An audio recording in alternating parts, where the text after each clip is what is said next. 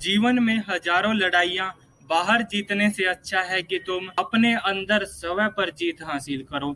और ये कहा था महात्मा गौतम बुद्ध ने। इसी नोट के साथ आज हम शुरुआत करेंगे महात्मा गौतम बुद्ध के पूरे जीवन चरित्र के बारे में। हम इनके पूरे जीवन, जन्म से लेकर मृत्यु तक का जो इनका पूरा जीवन काल था उसके बारे में जानेंगे। और हम इनकी जो मूल टीचिंग्स हैं उसके बारे में भी जानेंगे कि इन्होंने बाद में ज्ञान प्राप्त होने के बाद कौन कौन सी टीचिंग्स दी थी, उन सभी के बारे में हम जानेंगे। और जो बुद्धिज्म और गौतम बुद्ध है वो काफी इम्पोर्टेंट टॉपिक है आपके यूपीएससी एग्जाम के पॉइंट ऑफ व्यू से भी और अदर कॉम्पिटिटिव एग्जाम के पॉइंट ऑफ व्यू से भी। और काफी क्वेश्चन गौतम बुद्ध से और बुद्धिज्म से रिलेटेड आपके एग्जाम में पूछे जाते हैं, तो ये काफी इम्पोर्टेंट टॉपिक आपके लिए बन जाता है।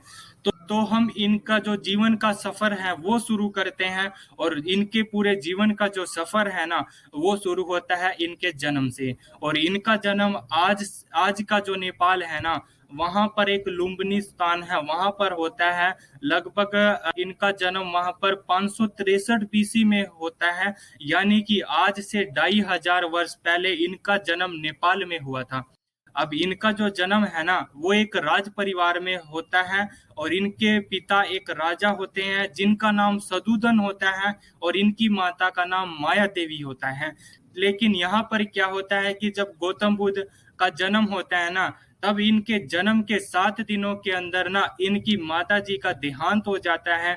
जिसके बाद इनका जो पालन पोषण किया जाता है वो इनकी मौसी और सुदोधन की दूसरी पत्नी गौतमी द्वारा किया जाता है। अब इसका जो नामकरण करने की जब बारी आती है ना तब वहां पर एक इंटरेस्टिंग चीज होती है कि जब इनका नामकरण किया जाता है ना तब एक समारोह का आयोजन किया जाता है पूरे लुम्बिनी शहर के अंदर। तो वहां पर जब इनका नाम रखा जाता है तो इनका नाम रखा जाता है सिद्धार्थ, जो कि जिसका अर्थ यह होता है कि सिद्धि प्राप्त करने वाला, जो कि बाद में इन्होंने प्राप्त करके भी दिखाई थी। पूरी दुनिया में आज इनकी टीचिंग्स को फॉलो किया जाता है। लेकिन जब इस नामकरण समारोह के दौरान जो भी साधु या दृष्टा आए हुए थे ना उन्होंने जब इनका भविष्य देखा और इनके भविष्य को देखकर एक भविष्यवाणी यह की कि या तो ये बच्चा एक महान राजा बनेगा या ये बच्चा एक महान संत बनेगा।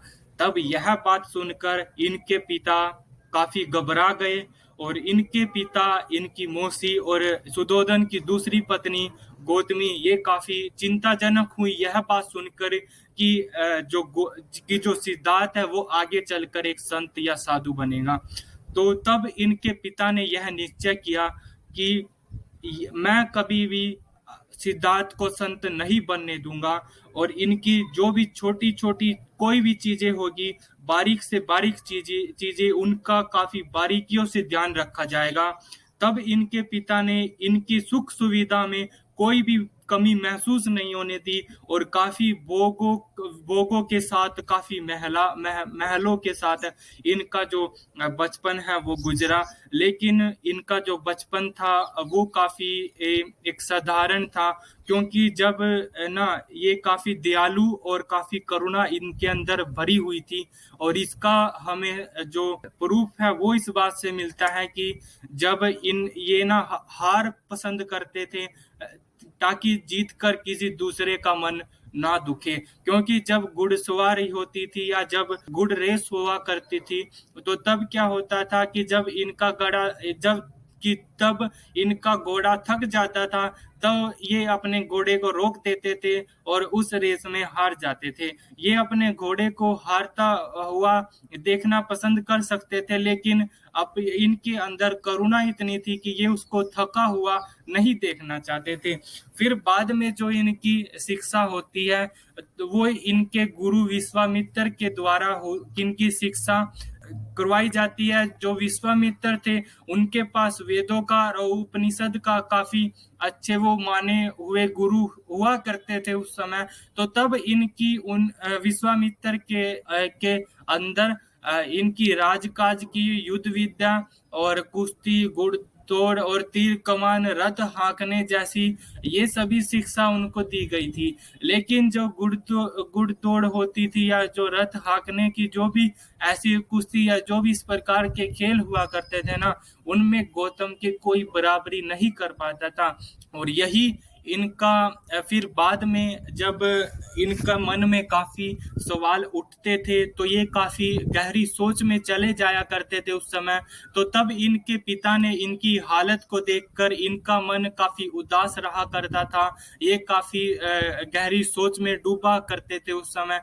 तब इनके पिता ने इनकी हालत देखकर सोचा कि अब सिद्धार्थ की विवाह की उम्र हो चुकी है, इनका अब विवाह कर देना चाहिए। विवाह के बाद ये आप इस तरह से मन में न उलझ कर काफी सुखपूर्वक अपना जीवन व्यतीत करेंगे और काफी वैभवशाली। और फिर क्या होता है कि इनके पिता इनका यशोधरा के साथ विवाह कर देते हैं, जिसके बाद इनके पिता इनकी सुख सुविधा के लिए इनके वैभवशाली और समस्त भोगों से उपयुक्त महल को बना देते हैं। इनके लिए काफी हर ऋतुओं के अनुरूप महल बनाए जाते हैं और ये वहां पर यशोधरा के साथ रहने लगते हैं।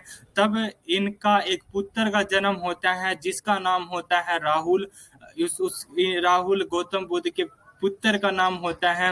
लेकिन विवाह के बाद भी इनका जो मन है ना, वो शांत नहीं होता है और ये काफी गहरी सोच में उस समय सोचा करते थे। और फिर बाद में इनका मन जो है ना, वो पूरी तरह से वैराग्य हो चुका था। फिर ये क्या करते हैं कि एक रात को अपने परिवार को बिना बताए, अपने पूरे राजपाट को, अपनी पूरे सुख सुविधा को, अपने पूरे परिवार को त्याग कर अपनी जो ज्ञान की खोज में निकल पड़ते हैं। लेकिन जो राजा सुद्धोधन है ना, सुद्धोधन ने ना सिद्धार्थ के भोग विलास का ना पूरा प्रबंध कर दिया था। तीनों ऋतुओं के लायक 3 सुंदर महल बनवा दिए थे और वहां पर नाच गान मनोरंजन की सारी सामग्री जुटा दी गई थी और दास दासी उसकी सेवा में रख दिए गए थे। ये सब चीजें सिद्धार्थ को संसार में बांधकर नहीं रख सकी और बसंत ऋतु में एक दिन सिद्धार्थ बगीचे की सैर पर निकले और उन्हें सड़क पर एक बूढ़ा आदमी दिखाई दिया जिसके दांत टूटे हुए थे और बाल भी जड़ चुके थे और शरीर टेढ़ा हो गया था। हाथ में लाठी पकड़े धीरे धीरे कांपता हुआ वह सड़क पर चल रहा था। तब दूसरी बार कुम्हार जब बगीचे की सैर पर निकला तो उनकी आंखों के आगे एक रोगी आ गया। उसकी सांस तेजी से चल रही थी, कंधे ढीले पड़ गए थे, बाहें सूख गई थी, पेट फूल गया था, चेहरा पीला पड़ गया था। दूसरे के सहारे वह बड़ी मुश्किल से चल पा रहा था। और तीसरी बार जब सिद्धार्थ बगीचे में जाते हैं तो वहां पर उनको एक अर्थी दिखाई देती है जहां पर 4 आदमी उसे उठाकर ले जा रहे होते हैं और पीछे पीछे बहुत लोग रो रहे होते हैं और कुछ छाती पीट रहे होते हैं और कोई अपने बालों को नोच रहा होता है। तो यह सब दृश्य देखकर सिद्धार्थ बहुत विचलित होते हैं और उनके मन में काफी सारी शंकाएं और काफी सारे प्रश्न उठ खड़े होते हैं और वह सोचते हैं कि धिक्कार है ऐसी जवानी को जो जीवन को सोख लेती है, धिक्कार है ऐसे स्वास्थ्य को जो शरीर को नष्ट कर देती है, धिक्कार है ऐसे जीवन को जो जल्दी ही अपना अध्याय पूरा कर देता है।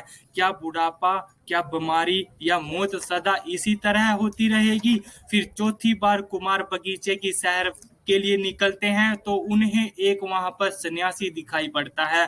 फिर वो जो सन्यासी है ना, वो सिद्धार्थ की जो भावना है उनको काफी अनुकूल लगता है, जो कि संसार की सारी भावनाओं और कामनाओं से मुक्त काफी प्रसन्न सन्यासी ने सिद्धार्थ को काफी आकर्षित किया।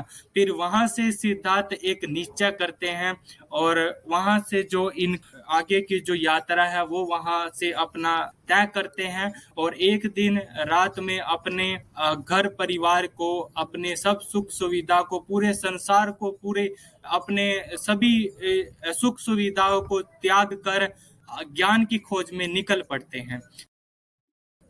दूसरे पार्ट में कवर करेंगे गौतम बुद्ध को ज्ञान की प्राप्ति किस प्रकार से हुई और किस प्रकार से उन्होंने अपना बुद्ध धर्म की स्थापना की, यह सब हम इनके दूसरे पार्ट में कवर करेंगे। तो अगर आपने अभी तक हमारे चैनल को सब्सक्राइब नहीं किया तो आप हमारे चैनल को सब्सक्राइब कीजिए और इस वीडियो को भी ज़्यादा से ज़्यादा शेयर कीजिए ताकि गौतम बुद्ध के जीवन के बारे में लोगों को जानकारी मिल पाए।